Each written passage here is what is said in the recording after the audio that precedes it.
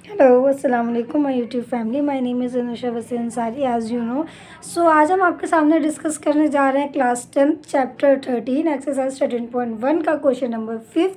ये क्वेश्चन बहुत ज़्यादा इंपॉर्टेंट है। तो ये वाला कैसे इंपॉर्टेंट है, सारे तो सेम ही है। देखो, direct method, step deviation method, तीनों मेथड मैं आपके सामने डिस्कस कर चुकी हूँ। अब ये वाला ऐसे अलग है क्योंकि ये एग्ज़ाम में भी आ सकता है, नहीं भी आता है। और ये इसमें ना देखो, जो हमारा इंटरवल है वो क्या है, अभी तक जो हमारा इंटरवल होता है वो बिल्कुल सेम होता है। इसमें ना इंटरवल सेम नहीं है। हर क्वेश्चन में आपको ज़्यादातर क्लास इंटरवल सेम मिल जाएगा, लेकिन अगर ऐसे क्वेश्चन फंस जाते हैं कि 50 से 52 तक ख़त्म है और एंड 52 से स्टार्ट होना चाहिए, लेकिन ये 53 से स्टार्ट हो रहा है, तो बच्चे कहते हैं सारे तो डिस्कस कर लिए तो ये वाला रह गया, तो इसलिए इस पर वीडियो बनाई है। इसलिए ये हमारा इंपॉर्टेंट क्वेश्चन है। तो चलो, जिसने भी चैनल सब्सक्राइब नहीं करा सब्सक्राइब कर दे, लाइक कर दे, वीडियो को शेयर कर दे। और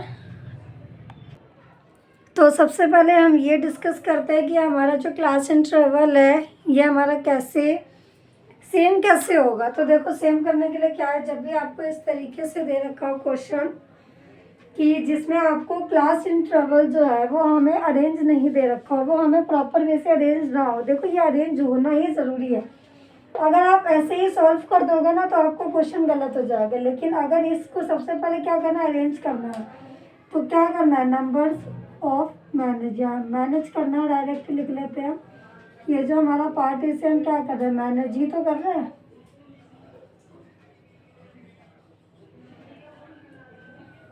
तो हमें सबसे पहले क्या ध्यान रखना है कि हमें इसको मैनेज करना है, ठीक है। और अगर हम इसके बीच के डिजिट्स निकालते हैं तो सब में अलग आएगी। हमें मैनेज इसलिए करना ज़रूरी है क्योंकि इसके अंदर हमारा एक्स आई जो निकलता है उस पर इफेक्ट पड़ता है। अगर आप बगैर मैनेज करे एक्स आई निकाल लोगे तो आपको गलत निकलेगा। इसलिए हमें सबसे पहले ये मैनेज करना पड़ेगा। मैनेज कैसे करते हैं, इसकी छोटे से वो समझ लो कि जब भी आपको क्लास इंटरवल अरेंज ना हो, 52 से ख़त्म है और 53 से स्टार्ट है, इसका मतलब ये है कि आपको ये सही डेटा नहीं दिया गया है। आपको इसको पहले क्या करना पड़ेगा, अरेंज करना पड़ेगा, ठीक है। इसलिए जो हमारी पहली डिजिट्स है, जैसे कि लोअर लिमिट और अपर लिमिट, मैंने आपके सामने डिस्कस करी थी कि ये हमारी क्या होती है, लोअर लिमिट, और ये हमारी क्या होती है, अपर लिमिट। तो सबसे पहले ये बात ध्यान रखो कि आपको बराबर करने के लिए क्या, यही वाली चीज़ तो यहाँ पर आनी चाहिए। तो हमें क्या करेंगे, लोअर लिमिट के अंदर 0.5 को माइनस करना है, और जो हमारी अपर लिमिट है उसके अंदर 0.5 को हमें क्या करना है, प्लस करना है।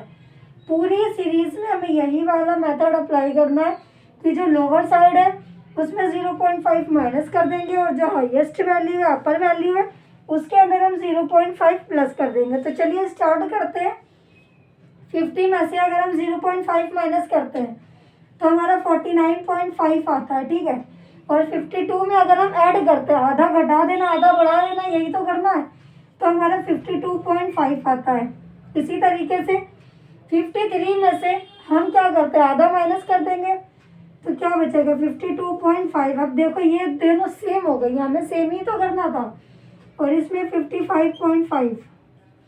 इसी तरीके से हम सारी क्या कर देंगे, बराबर कर देंगे। जो यहाँ पे हमें बराबर नहीं दे रखी है तो ये इस मेथड से हम इसको बराबर करेंगे।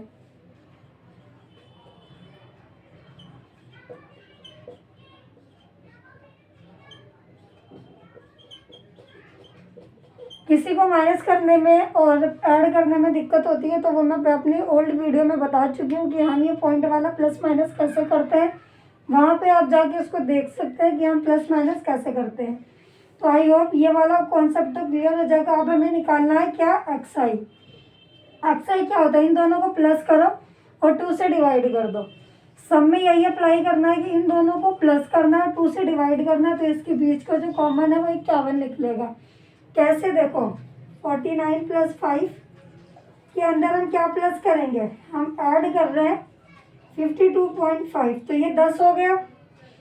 तो 9 और 1 10, 12 हो गए। यहाँ पे ऐसे ही, यहाँ पे 100, मतलब पॉइंट से हट गया तो 102 बचा ना, 102 को 2 से डिवाइड कर दो तो यहाँ पे 51 आ गया। इसी तरीके से आप सेम प्रोसेस से अप्लाई करोगे तो आपको ही आ जाएगा। यहाँ पे मैं स्टेप डेविएशन मेथड लगा के सॉल्व करूँगी, क्योंकि डायरेक्ट मेथड से अगर आप करोगे तो बहुत ज़्यादा बड़ा हो जाएगा। कैसे, वो भी अभी हम 51 15, तो जो आपकी कैलकुलेशन है वो ईजी नहीं होगी, इसमें थोड़ी सी हार्ड हो जाएगी। इसलिए मैंने यहाँ पे स्टेप डेविएशन मेथड लगाया है, क्योंकि वो हमारा थोड़ा सा छोटा कॉन्सेप्ट हो जाता है। वो हमारा थोड़ा सा, ये वाला कॉन्सेप्ट हमारा थोड़ा सा छोटा हो जाता है कैलकुलेशन के बेस्ड भी, इसीलिए मैंने लिखवाया है वो वाला। अब मैं आपको पूरी वो लिख देती हूँ।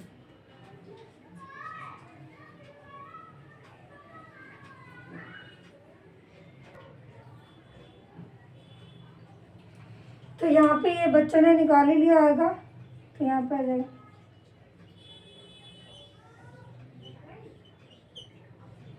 तो इस तरीके से आपकी एक्साई निकल आई। अब स्टेप डेविएशन मेथड में हम और क्या क्या निकालते हैं, एज यू ए निकालते हैं, ए को हम लेट करते हैं, ठीक है। तो मैं लिख देती हूँ। अब देखो मैंने यहाँ पे मेंशन कर दिया कि हमें किन किन कॉलम्स की ज़रूरत है। हमें DI की ज़रूरत है, UI की, UI FI की। तो DI कैसे निकालते हैं, फॉर्मूला है हमारा ये, तो ये हमारा इजीली निकल जाएगा। कैसे, क्योंकि हमने 57 को क्या एज्यूम करा है, हमने A एज्यूम करा है कि हमारा क्या है 57 है, और H तो डिफ्रेंशिएट होता है, ये तो पहले ही बता चुकी हूँ।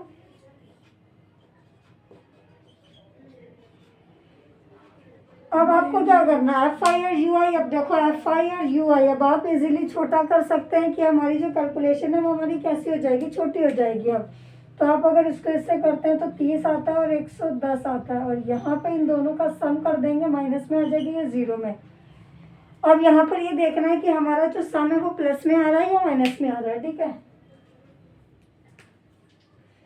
कि हमारा जो सम है वो प्लस में है या माइनस में है।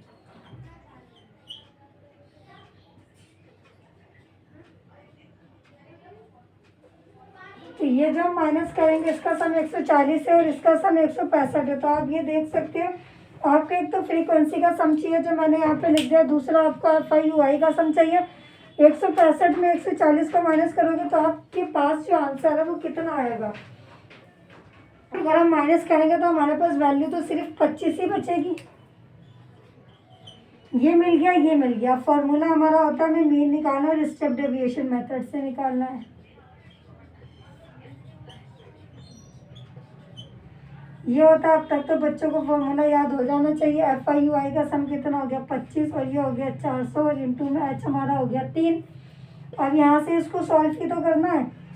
5 5 से 25, ठीक है, 5 8 जा, तो ये आपका कितना आ गया 57 प्लस में 3 अपॉन में 16 आ गया।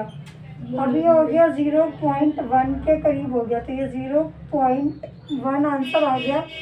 और जो आपकी वैल्यूज़ है आगे और भी निकल सकती है, तो हम इसको निकाल सकते हैं कि कम से कम पॉइंट के बाद 2 वैल्यू ले लो आप, ठीक है। तो ये आपका आंसर आ गया, जो मीन है वो आपका आ गया 57.8। प्लस कैसे कर दिया हमने, सेम वही प्रोसेस है प्लस करने का, और इसको हमने कुछ भी नहीं करा, 16 को 3 से डिवाइड करा, तो यहाँ छोटा है इसलिए हमने 0 लगा, यहाँ 0 लगा के तब हमने एक वैल्यू को यहाँ पे बढ़ाया। इस वजह से हमारा ये 0.18 आंसर आ गया। अब 0.18 को हमने 57 में प्लस कराए, तो हमारा मीन आ गया 57.18। तो आप इस क्वेश्चन को नोट डाउन कर लें, ये बहुत ज़्यादा इंपॉर्टेंट है, क्योंकि हमारी क्लास मार्क्स इसमें अरेंज करना आपको सिखाएंगे।